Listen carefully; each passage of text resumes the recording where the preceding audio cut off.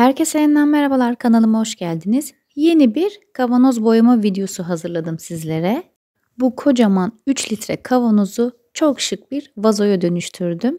Hemen nasıl yaptığımı anlatıyorum. Öncelikle zemini alaçatı akrilik boyayla boyadım. Boyalarınızı bitti diye sakın atmayın. Orta kısmından benim yaptığım gibi kestiğinizde içinde kalan boyaya inanamayacaksınız. Ben bu kavanozu 2 kat o dip kısmına birikmiş boyayla boyadım. Rahat rahat yetti. Hepsini kullanmadıysanız kapaklı hava almayacak bir kapta muhafaza edebilirsiniz.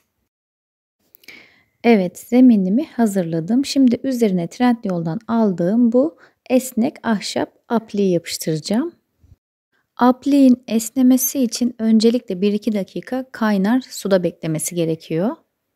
Düz bir zeminde kullanılacaksa esnetmeye gerek yok ama benim gibi böyle oval bir zeminde kullanacaksanız mutlaka kaynar suda bekletmelisiniz. Daha sonra hızlı yapıştırıcı ile yapıştırdım ama yapıştırıcım içi dolu olduğu halde böyle akışkanlığını kaybetmiş. O yüzden kullanırken biraz zorlandım. Ama yine de sağlam bir şekilde yapıştı. Kavanozun üst kısmına silikon kalıp ve kendi yaptığım soğuk porselen hamuruyla çıkardığım şekilleri yapıştıracağım. Öncelikle yapıştıracağım kısmı tutkalladım ve hamurları buraya yapıştırdım. Bu hamurun yapılış videosu kanalımda var. Birkaç video geriye gittiğinizde bulabilirsiniz. Hamur havayla kuruyor ve boyanabiliyor. Ama ben boyamak için hamurun kurumasını beklemiyorum. Üst kısımları kemikleşmeye başladıysa boyuyorum. Bu aşamadan sonra kavanozun orta kısmına bu stencil desenini çalışmak istedim. Aslında stencil'ı apliğe yapıştırmadan önce yapmam gerekiyordu. Ama son anda fikir değiştirdiğim için bu şekilde çalışmak zorunda kaldım. Benim yaptığım gibi bir uygulama yapacaksanız önce stencil çalışmasını yapın, daha sonra apliği yapıştırın. Şablonu kavanozun alt kısmında bulunan çıkıntıyı baz alarak yerleştirdim. Aplik olmadan şablonun kavanozun alt kısmına kağıt bantla sabitleyerek daha rahat çalışabilirsiniz. Ben arkadan elimle böyle sıkı bir şekilde kaymaması için tuttum ve bu şekilde boyadım. Burada kullandığım renk sardunya. Desenleri takip ederek bazı yerlerine yoğun, bazı yerlerine ise belli belirsiz boyama yaparak bu kısmı da tamamladım. Stencil çalışması uyguladığım orta kısmı hariç alt ve üst kısmını da aynı renge boyadım. Yalnız rengin güzelliği diyorum. Ama rengi size videoda tam yansıtamıyorum. Normalde burada göründüğünden 1-2 ton daha açık bir renk. Ben bu renk tonunu yıllar önce için vintage boya serisi vardı. Orada görüp almıştım. Birçok çalışmamda kullandım. Hatta bununla ilgili videolarım da var. Daha sonra aynı tonu Multisurface serisinde görünce tekrar aldım. Kullandığım malzemeleri yorum kısmına sabitlediğim linkten satın alabilirsiniz. Malzeme listesi de açıklama kısmında mevcut. Apliği de zemini boyadığım alaçatı rengiyle boyadım. Aslında kavanozu bu boyanmış haliyle de çok beğendim. Ama ben biraz daha vintage görüntüsü vermek istiyorum. Dekoratif objelerin böyle hafif sararmış, eskimiş, antik görüntüsünü seviyorum. Bunun için espresso rengi wax ve glaze medium kullandım. Fırçamı önce glaze medium'a, ardından wax'a batırdım ve sil sür tekniği uyguladım. Glaze medium wax'ın çabuk kurumasını engelliyor ve homojen bir şekilde dağılmasını sağlıyor. O yüzden böyle boyadığım objenin tamamına uygulayacaksam eğer mutlaka glaze medium'da kullanıyorum. Burada elde etmek istenilen görüntü wax'ı sürdükten sonra silmeyle alakalı. Çünkü ne kadar silerseniz wax'ın rengi o kadar açılır. Ama silme işlemini wax kurumadan yapmanız gerekiyor. Eğer kuruduysa ve siz silmeye devam ederseniz o zaman çalışmanızı bozarsınız.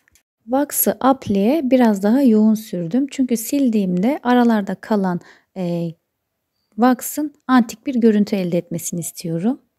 Antik görüntüsünün yanında apliğin şeklini daha çok ortaya çıkartıyor. Kavanozun üst kısmına da aynı uygulamayı yaptım. Benzer görüntüyü anti-queen'le de yapabilirsiniz. Eskitme kremleri de kullanabilirsiniz. Ya da daha kumlu bir görüntü elde etmek istiyorsanız eskitme pudraları da kullanabilirsiniz. Vax'sız zeminin tamamını uyguladım ama biraz ışık ve gölge oyunları yapmak istiyorum. Bunun için bezi çok hafif nemlendirdim ve ışığın vurduğu çıkıntılı kısımları biraz daha sildim. Daha sonra gölgelemek istediğim yerlere fırçamda kalan çok az miktarda vax'ı bastırmadan süpürür gibi sürdüm. Şimdi en sevdiğim kısma geldim. Metalik altın rengi boyayı ışıltı vermek istediğim yerlere parmağımla hafif bir şekilde sürdüm. Eğer videoyu buraya kadar izlediyseniz bana destek olmak için minicik de olsa bir yorum yaparsanız çok mutlu olurum. Ayrıca beni nerelerden takip ettiğinizi yazmayı da unutmayın. Bahsetmek istediğim bir konu var. Mesela bir malzeme satın aldığınızda bu boya, vernik veya herhangi bir malzeme olabilir. Bir kere kullandınız diye o malzeme bitmiyor. Mesela bir kavanoz boyadınız diye bu çok pahalıya geldi işte astarı yüzünü geç diye düşünmeyin. Çünkü aldığınız malzemelerle birçok kavanoz yani hatta onlarca kavanoz boyayabilirsiniz. Yani her türlü kârdasınız. Altın rengi metalik boyayla uygulama yaptıktan sonra sadece apliğin üzerine bakır rengi metalik boya da sürdüm ve vernikleme kısmına geçtim. Eskitme boyaları uyguladığınız zemine benim gibi fırçayla vernik sürecekseniz eğer çok dikkatli olmanız gerekiyor.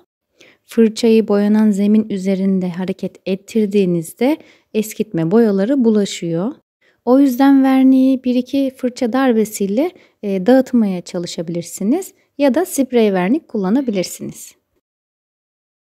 Evet, uygulamalarımı bitirdim. Masa, sehpa veya konsol üzerine tek başına çok şık bir görüntü oluşturuyor. Elinizde böyle büyük kavanozlarınız varsa boyayarak benim yaptığım gibi değerlendirebilirsiniz. Ne düşünüyorsunuz? Yorumlarınızı bekliyorum. Bugünlük de benden bu kadar. Videoyu beğendiyseniz eğer beğen butonuna basmayı, kanalıma abone olmayı ve yanındaki zil işaretine tıklayarak bildirimleri açmayı unutmayın. Bir sonraki videolarda görüşmek üzere. Kendinize çok iyi bakın. Hoşça kalın.